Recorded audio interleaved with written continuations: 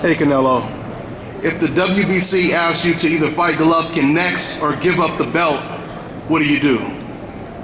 I'm ready. You ready? So we're gonna see Golovkin in May or what? Ready. There it is.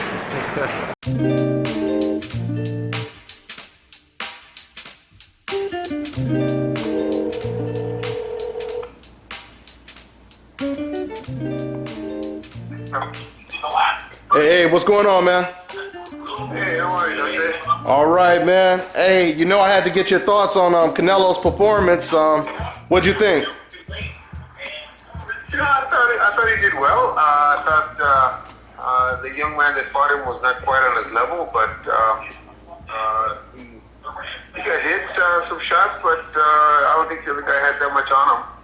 But he fought a good fight, man. He did what he was supposed to do. Stop the kid.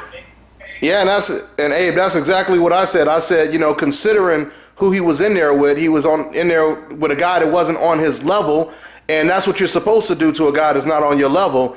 But the question is, will he face one of the other guys at 154 if he's going to stay at 154, which is some of the best fighters at 154? Like you told me before, Julian Williams, Demetrius Andrade, the Charlo brothers. What do you think? No. There's no way he's going to face those guys. Those guys are a threat. He faced a guy that he knew was going to go later on in the fight.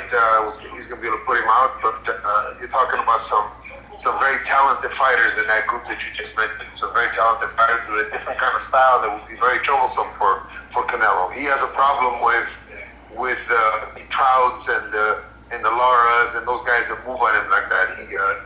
He wants to stand still and punch, and those guys at 54 are probably the cream of the 54 pounders.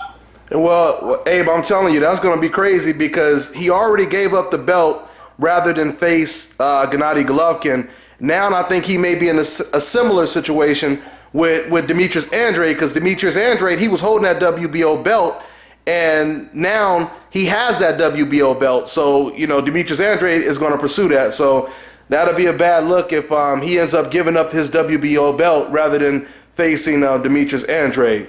But I read somewhere just this morning something about, he said this is his last fight at 154. So maybe his intention is to move directly up to 160. I don't know, but I did read that this morning. Yeah, that would be the exception. I said that in my video as well. I mean, I said if he moves up and he fights somebody like Willie Monroe, I mean, that won't be that bad of a fight, for his first fight at middleweight. At least we can gauge how he does against Monroe compared to how Golovkin did against Monroe, so we'll get a little bit of a gauge right there, Yeah, but you know what? I think that they're trying to do all pay-per-views. There's no way that you could sell to the public a pay-per-view with Willie Monroe. Yeah, I agree. I totally agree. Hey, Abel, did you hear what Canelo Alvarez said after the fight? He said that they offered Golovkin a fight on a couple different occasions, and you guys turned it down. He said something like they were waiting for your guys' response and didn't get anything back. Well, what's your reaction to that? Do you remember after the Cotto fight what he said? Yeah, he said he was ready. Okay, do you remember after the Khan fight what he said? Oh yeah, I remember it. So you can believe anything you want to believe, but there's all kinds of ways to not make a fight. The Eubank Senior proved that. There's all kinds of ways to offer what you know is going to be turned down, or what you know is not going to be even considered.